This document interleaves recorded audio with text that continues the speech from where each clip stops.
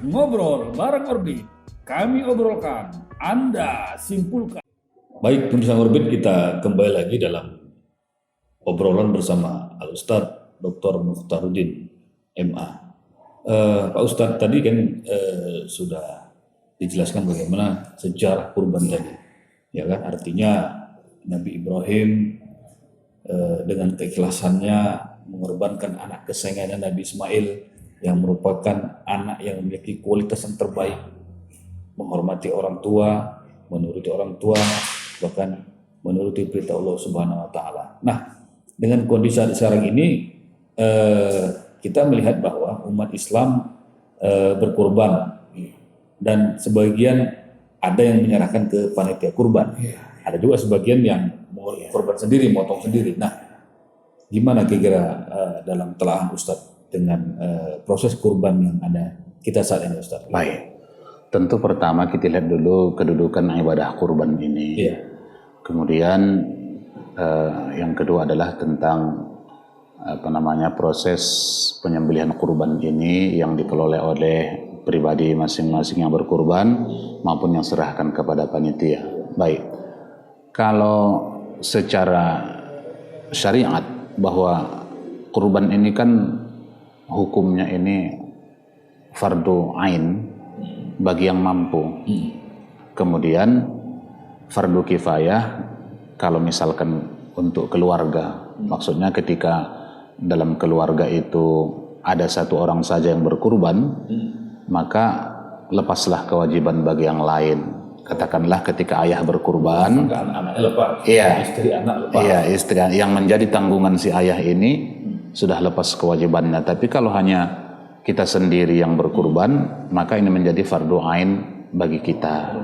Iya, demikian. Kemudian yang kedua, menyelesaikan proses penyembelihan kurban ini dengan sendirinya. Nah, tentunya kalaulah situasi dalam artinya orang pun tidak ada yang bisa diberikan diberikan amanah, artinya tidak adalah dalam keadaan sulitlah untuk memanfaatkan tenaga orang lain, maka memang dasar hukumnya kewajiban kurban itu adalah kewajiban pribadi yang harus dibeli hewan kurbannya juga dengan uang pribadi dan dibagikan juga oleh pribadi tersebut, karena dialah yang dituntut. Nah, inna a'tainakal kautsar, sungguh kami telah banyak memberikan nikmat kepadamu ya Muhammad, salat dan berkurbanlah. Artinya orang lain itu hanya sekedar menerima daging kurban. Ya, oleh sebab itu tidak ada persoalan sebenarnya kalau kita pribadi Yang karena keterbatasan tidak ada yang tenaga yang bisa kita manfaatkan. Akan tetapi yang ketiga tadi, bagaimana dengan kalau kita menyerahkan ke panitia? Iya. Maka dalam Islam ini kan bahkan salah satu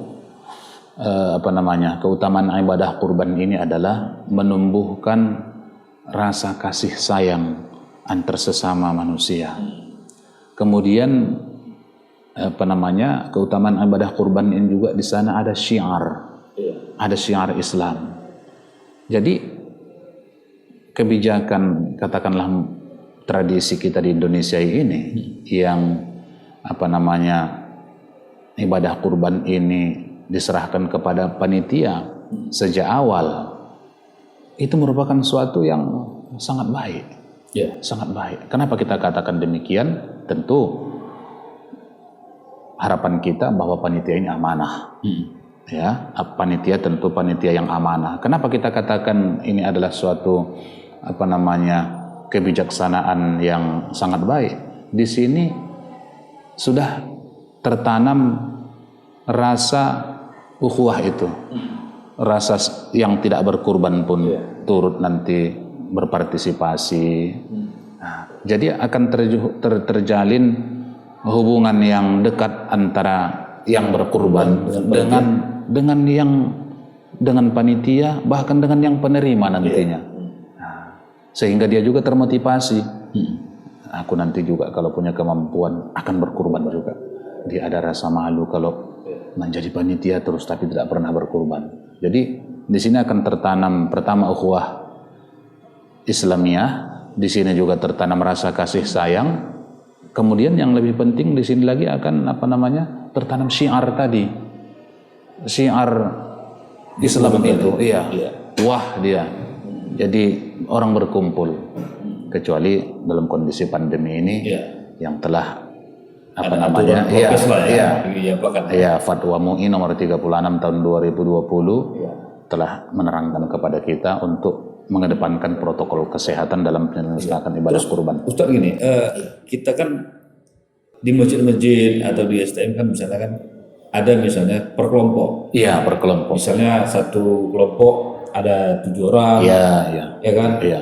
Memberikan sumbangan masing-masing satu bagian untuk beli satu lembu misalnya. Iya, satu lembu. Nah, ini bagaimana dengan apa nih kalau dalam pandangan Islam? Ya, tentu dalam pandangan ajaran agama kita ya memang demikian kan.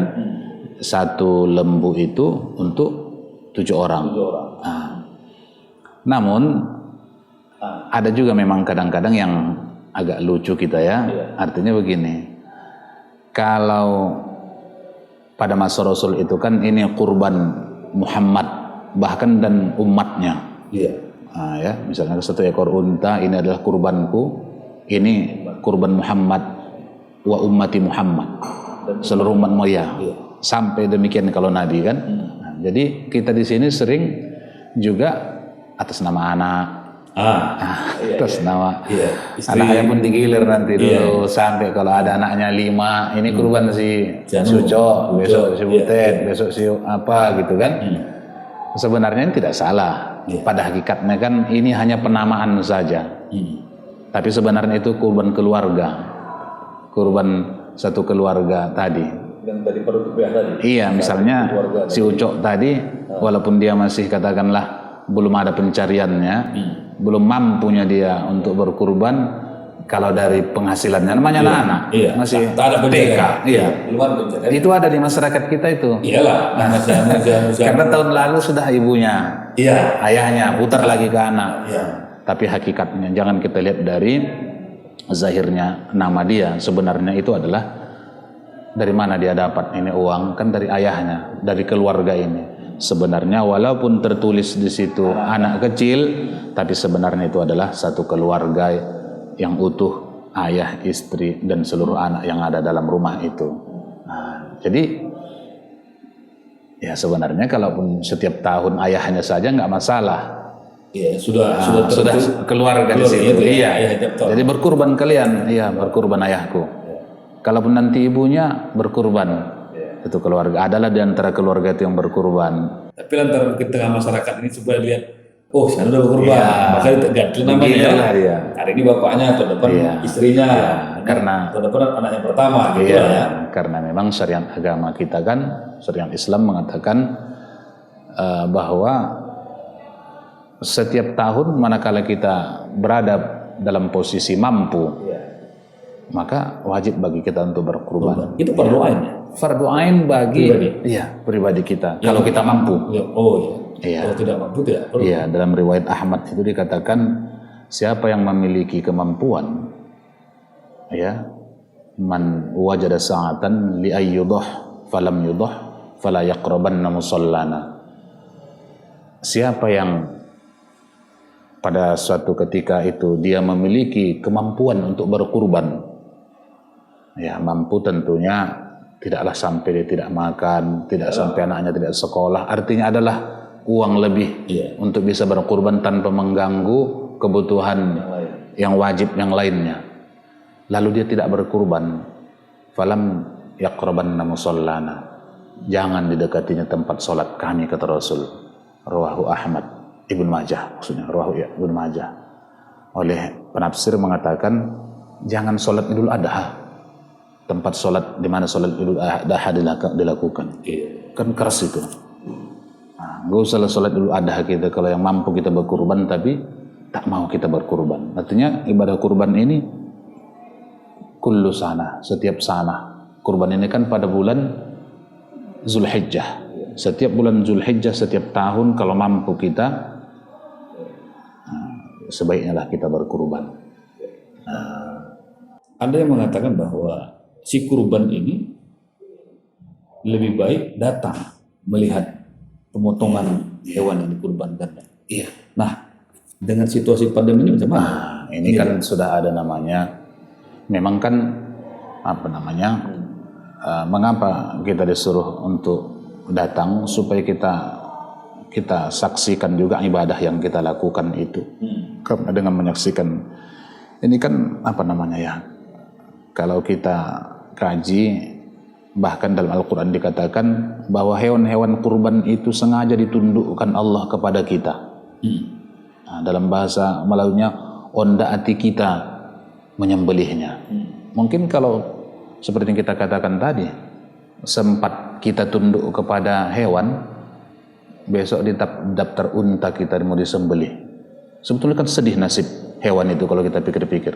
Tapi karena sudah ditakdirkan Tuhan, memang kitalah lebih berkuasa kepada mereka, sengaja ditundukkan Allah hewan-hewan ternak itu, unta, sapi, kambing itu kepada kita. Untuk apa? Untuk membesarkan litukabbirullah ala ma hadakum. Oleh sebab itu, agungkanlah Allah yang telah memberikan petunjuk kepada kamu tentang ibadah Quran ini, dan beri kabar gembira kepada orang-orang yang baik, orang-orang yang berbuat baik, bahwa ini adalah perbuatan orang-orang yang baik, orang yang berkurban. Nah, jadi kalau kita kaitkan tadi dengan apa tadi yang Bapak sampaikan tadi dengan menyentuh ini akan apa namanya? Menambah kekuatan. Sama itu kalau kita memberi, langsung kita lihat kesusahan mereka yang kita beri itu. Ini akan menambah spirit. Iya, kita juga begitu. Makanya katanya bersedekahlah kepada orang yang sangat membutuhkan. Betul. Nah, dia pun begitu mendapat diangkatnya daging itu ke kepalanya. Maka siapa? Tak pernah dia makan daging selama setahun ini. Diangkatnya, diciumnya walaupun bau daging, diciumnya diangkat. Nah, makasih Pak. Tunduk lagi dia menerimanya. Dan itu kita saksikan, ya Allah. Sementara kita mungkin yang setiap hari pun bisa kita beli daging ya. Nah, ini kan gimana kalau kita di rumah saja? Nah, akan tetapi ada pengecualiannya, ada ilah di sana kan, ada istisna, kecuali mendatangkan mudarat. Apalagi kita berkerumun. Ya, salah satu kan sekarang ini yang yang mau ditangkap corona ini adalah kerumunan. Nah, jadi menyelamatkan jiwa kita ini lebih utama daripada mendapatkan pahala menyaksikan kurban itu. Makanya tidak salah kalau Majelis Ulama Indonesia mengeluarkan fatwa nomor 36 tahun 2020 tahun yang lalu itu, mengedepankan protokol kesehatan. Karena dalam Al-Quran juga dikatakan, sebetulnya tak usah pun kita saksikan, iya, tak usah pun kita saksikan yang sudah sampainya itu. Sama dengan kan tidak jadi Ismail disembelih. Kalau sempat jadi disembelih, tidak adil Tuhan itu. Kenapa kita katakan tidak adil? Pertama, masa orang tua menyembelih anak? Rasanya kan hewan saja pun singa sayang sama anaknya. Walaupun sekarang ini banyak manusia yang lebih dahsyat daripada singa sama anaknya dibuang ya kan Pak. Tapi hewan itulah yang tidak punya akal. Nah, itu katanya setiap hewan itu yang wanita yang betina, kalau lagi dia punya anak, semangat melindungi anaknya luar biasa. Saya itu Pak di kampung itu dulu melihara ayam. Itu ayam itu baru keluar anaknya dekat-dekat gitu kejarnya. Ini batuknya kita. Tapi kalau dia anak gadis dia enggak. Iya. Nah, jadi kalau kita kaitkan hanya mau menguji Ibrahim, apakah engkau lebih cinta kepada anakmu daripada kepadaku? Iya. Karena kan sejatinya orang yang beriman itu harus lebih cinta kepada Allah. Nah, kalau kita kan mungkin tak sekuat Ibrahim kita, makanya dia wajib kita teladani. Dia sudah dibuktikan, sudah diangkatnya katakanlah pisau itu ke atas pelipis Ismail. qad saddaqta ru'yaya, Ibrahim, jangan kau sembelih, aku hanya menguji keimananmu bahwa kau membenarkan mimpi itu dan kau mau mengeksekusinya. Sudah cukup, kata Allah. Lalu dikirimlah kibas sebagai ganti. Nah, jadi kalau kita kaitkan tadi, walaupun tak kita hadiri, yang dicatat Allah itu kan gak mau dagingnya, gak mau darahnya. Tapi apa yang diminta Allah dari orang yang berkurban? Sudah dicatatnya. Dalam suasana Covid ini pun masih disempatkannya berkurban. Ketakwaan itu yang mau dipegang Allah. Bukan dagingnya itu, nggak butuh Allah daging kurban, nggak butuh dia darahnya. Tapi yang dicatatnya begitu kita sudah mendaftar, sudah masuk. Nah, ini berarti membuktikan ketakwaannya, kecintaannya kepada keikhlasannya. Nah, jadi itu yang mau Allah. Jadi tahu sebelum kita datang, nah cuman pula jangan pula tak datang kita tak dapat daging pula. Karena begini Pak, ada yang menarik juga. Ini mungkin masukan kepada panitia di Sumatera Utara ya, atau mungkin di Indonesia. Ada menceritakan kepada saya, Pak, kami berkurban. Dikasihlah misalnya daging, katakanlah 2 kilo atau 3 kilo daging utuh. Jadi dia kan punya anak. Pergilah istrinya ke kedai di sebelah rumahnya itu, maka masyarakat itu bercerita, belilah bawang pre, belilah daun sop, untuk apa? Untuk ngesop, katanya. Padahal suaminya nggak berkurban, tak berkurban suaminya, tapi ikut mencincang. Nah, dia dapat tulang, dapat kaki lagi. Nah, ada dapat kaki 4 katanya. Didengar oleh anak sama ibu yang suaminya berkurban ini, yang juga kepingin ngesop di rumah, tetapi tak bisa ngesop dia karena tak dapat kaki. Anaknya menangis di rumah, hanya daging aja dapat. Padahal ini kan nuansa sop ini kan beda sama rendang. Nah, kalau saya ditanya, saya lebih termasuk juga sop ini kesenangan saya. Jadi kiranya panitia jangan dagingnya saja dikasih kepada pekurban, tapi kasihlah juga tulangnya. Dia juga merasakan. Tapi alhamdulillah saya lihat sudah banyak masyarakat kita yang tercerahkan, sehingga kalaupun si pekurban ini mau masak sop di rumah bisa. Karena saya mengalami dan mendengar cerita itu. Orang lain bisa masak sop, anak si pekurban nangis. Hanya dagingnya banyak 3 kilo, tapi kan jadi beda nuansa sop ini. Jadi maunya kok panitia itu masukkan juga tulang-tulang dikasih dibagi. Makanya sekarang kan di samping daging kan ada juga beberapa bagian dikasih untuk si pekurban, mana tahu ada saudaranya yang tidak terdaftar atau mungkin tetangganya.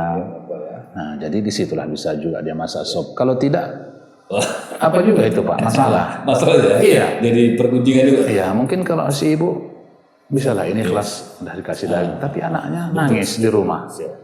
Kapan kita masak sop, tetangga sudah bau sop, bau bawang pre, bau sop, angin itu ke dapur, tapi dia nggak bisa. Nah, ini karena tadi cerita panitia, tolong supaya dibagi rata, kita minta tolong juga. Iya, semualah bisa. Makanya dalam bagian itu, setiap bagian yang kita berikan itu ada juga lah tulangnya.